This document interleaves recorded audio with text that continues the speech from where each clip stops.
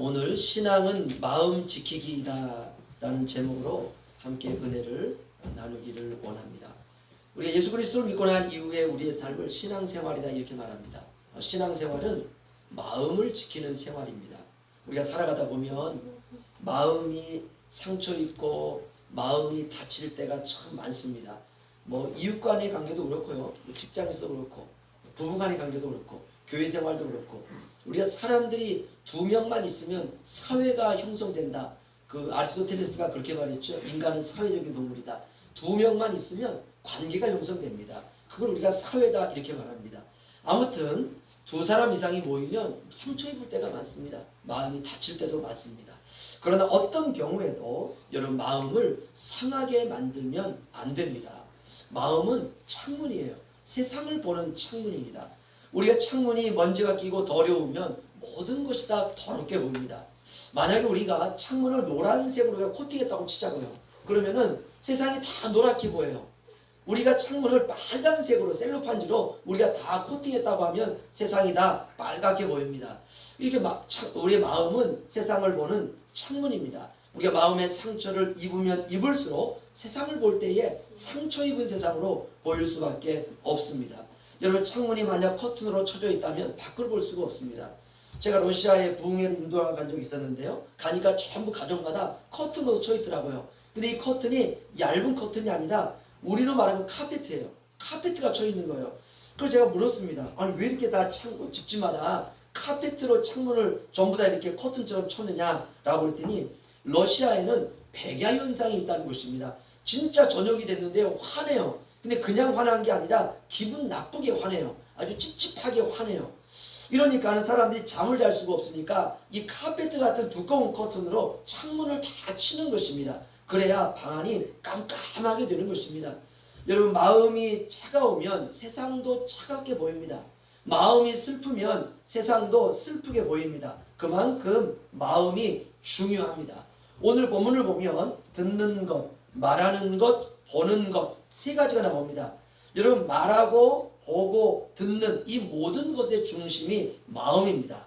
그러니까 마음이 상해 있으면, 내가 마음이 상처 있고 마음이 우울하고 마음이 무엇인가 이렇게 좀 닫혀 있으면 우리가 말하고 보고 듣는 것도요 슬프고 화가 나고 때때로 왜곡되기가 쉽습니다.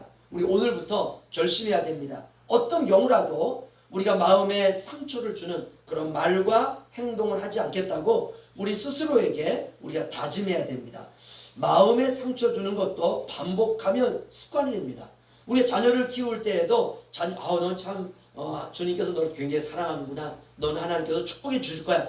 이런 말들을 하게 되면 이게 습관으로 붙어요. 그런데 넌 누구 닮아서 이렇게 머리가 돌머리고 너는 뭐 누구 닮아서 이것도 계속 습관이 됩니다. 우리가 사람 사이에서도 마음에 상처 주는 말도 반복하면 습관이 됩니다. 습관이 되면 고치기 어렵습니다. 우리 한번 사는 인생 좋은 습관, 좋은 마음으로 살아가야 되리라 믿습니다. 여러분, 보는 것은 마음으로 갑니다. 듣는 것도 마음으로 갑니다. 우리가 아이들이 어렸을 때는요 전부가 다 이성적인 사고보다는 전부 보는 것, 맛보는 것, 듣는 것, 이것이 아이들의 사고력을 형성합니다. 우리가 단지 보는 것은 보는 것이다라고 생각할 수 있지만 그렇지 않습니다. 아이들이 나쁜 걸 보면 그게 하루 종일 마음이 굉장히 슬퍼요. 그래서 보는 것도 마음으로 가고, 듣는 것도 마음으로 가고, 말하는 것도 마음으로 가고, 우리가 맛보는 것도 마음으로 갑니다. 우리가 맛있는 음식을 딱 먹을 때 어떻습니까? 마음이 기뻐요. 우리가 느낌, 감정, 행동하는 모든 것도 전부가 다 마음으로 갑니다. 마음은 바다와 같습니다. 우리의 모든 것, 오감은 마음이라고 하는 바다에 다 축적됩니다.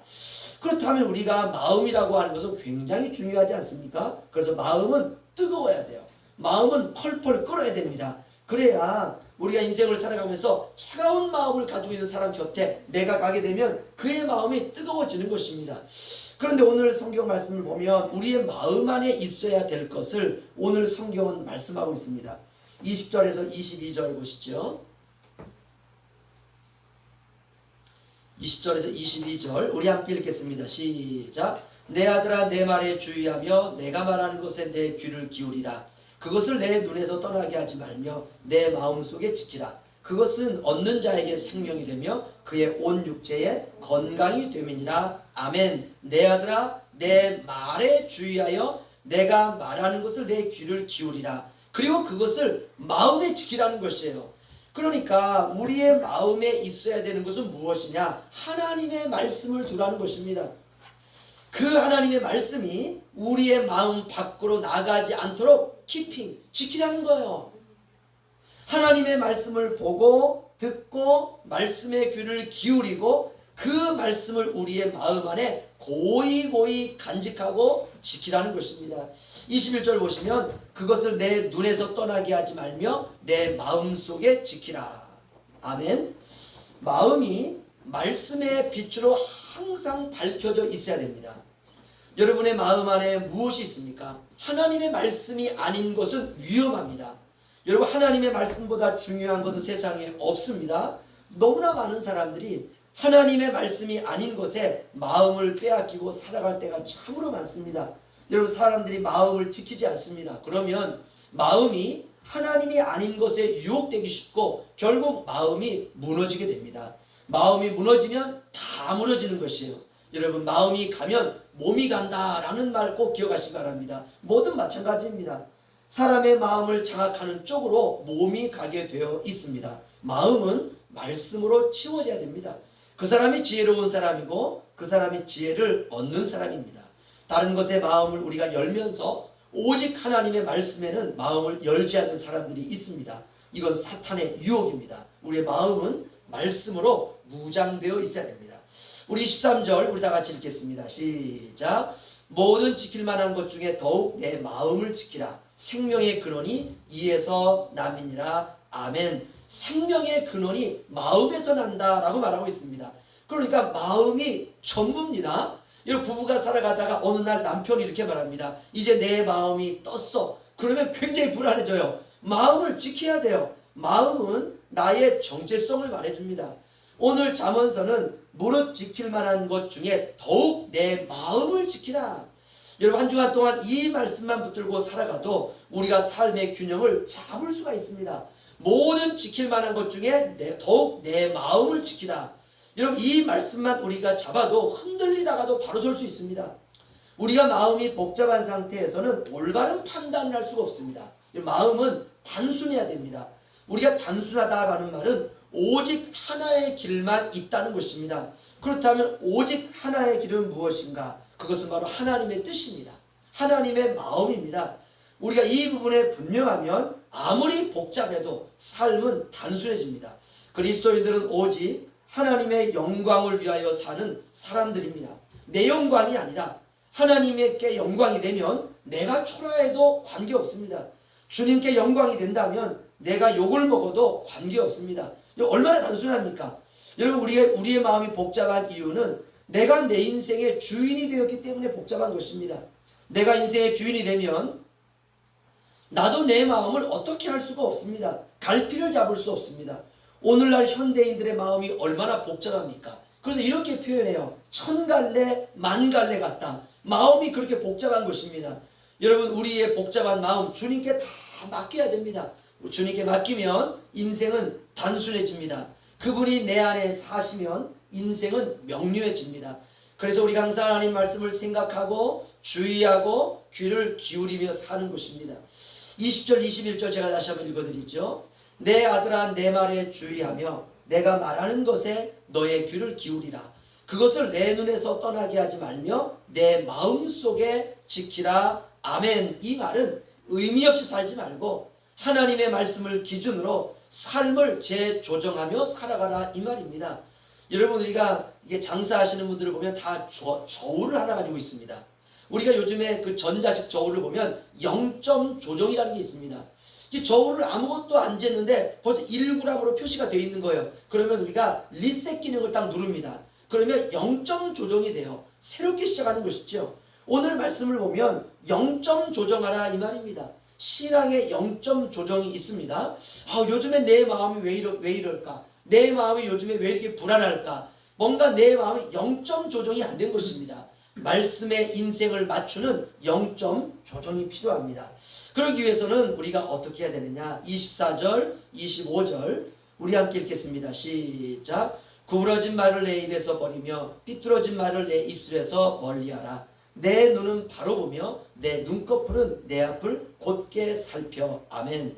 구부러진 말, 삐뚤어진 말을 버리고 멀리하라고 말씀하고 있습니다. 이유는 뭐 다 아시겠죠? 여러분, 구부러진 말, 삐뚤어진 말은 신앙생활의 독 같습니다. 일단 뱉고 나면 독이 퍼지기 시작합니다.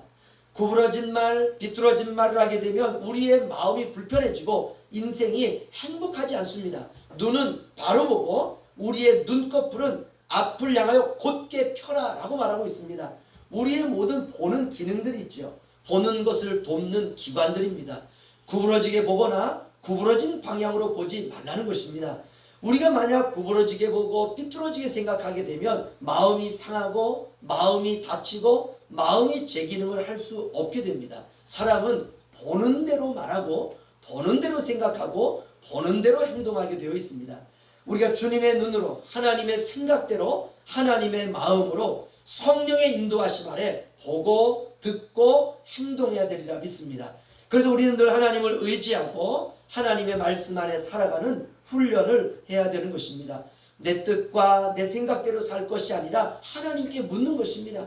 하나님께 기도하는 것입니다. 말씀 붙들고 성령의 능력으로 기도하는 삶을 살아가는 것입니다. 우리 26절, 27절 우리 마지막으로 한번 읽어보죠. 우리 함께 읽겠습니다. 시작. 내 발이 행할 길을 평탄하게 하며 내 모든 길을 든든히 하라. 좌로나 우로나 치우치지 말고 내 발을 악에서 떠나게 하라. 아멘. 드디어 성경 말씀을 이렇게 말합니다. 우리의 행동과 의지에 대해서 말씀하고 있습니다. 처음에는 마음을 지키라, 듣는 거, 보는 거 이런 것들에 대해서 말씀하시고 난 다음에는 이제는 우리가 어떻게 행동해야 되는지 우리의 의지에 대해서 말씀하고 있습니다. 마음속에 어떤 생각을 품고 있느냐는 행동으로 나타난다는 것입니다. 사람은 반드시 마음에 있는 것을 행동으로 표현하게 되어 있습니다. 우리가 마음에 없는 것을 하지는 않습니다. 저는 우리 연포 양문교회가 마음이 따뜻한 교회가 되었으면 좋겠습니다. 우선은 교회를 성도들이 서로 사랑하고 서로에 대해서 관심이 없는 모습이 아니라 관심을 갖고 신앙생활 하는 것입니다. 사람은요, 정이 있어야 돼요. 사람은 두 종류입니다. 정이 가는 사람이 있고 정이 가지 않는 사람이 있습니다. 물론 우리는 이 두 종류의 사람을 모두가 다 사랑해야 됩니다. 하지만 우리가 개인적으로 생각해 보면 다른 사람에게 정이 가도록 하는 인생을 살아가는 것도 필요합니다. 너무 자기 생활에 바빠서 살아가는 것도 사실은 좀 어려움이 있습니다. 바쁘지 않는 사람은 세상에 없죠. 다 바쁩니다. 하지만 우리가 바쁘다는 핑계로 우리가 관계를 소홀히 하면 안 된다는 것입니다. 우리가 바빠도 해야 될 것은 해야 되는 것입니다. 모든 예배에 충실하시고 기도 생활에 충실하시고 성도들 간의 교제도 충실하시고 우리의 삶도 충실하시고 그리스도인은 이것도 저것도 다 잘해야 된다는 것입니다. 27절을 보시면 좌로나 우로나 치우치지 말고 내 발을 악에서 떠나게 하라. 좌로나 우로나 치우치지 않으려면 우리의 의지와 행동이 악에서 떠나야 된다는 것입니다. 우리가 이미 한 방향으로 움직였다면 치우친 것입니다. 우리가 마음으로 타인을 판단하지 마시고 사랑으로 용서하고 용납하는 것입니다. 인생은 그거예요. 아름답고 소중하고 귀하고 가치 있는 인생을 사는 것입니다. 주님께서 이 세상에 오실 때 칭찬과 영광과 존귀를 가지고 오신다라고 말하고 있습니다. 그리고 그 마음이 주님의 뜻대로 살아간 사람들에게 생명의 면류관을 씌워주신다고 약속하고 있습니다. 인생의 끝은 반드시 옵니다. 그러나 그 끝이 우리의 새로운 삶의 시작이 되어야 될 줄로 믿습니다. 오늘 말씀 가운데 무릇 지킬 만한 것 중에 더욱 너의 마음을 지키라. 생명의 근원이 이에서 남이니라.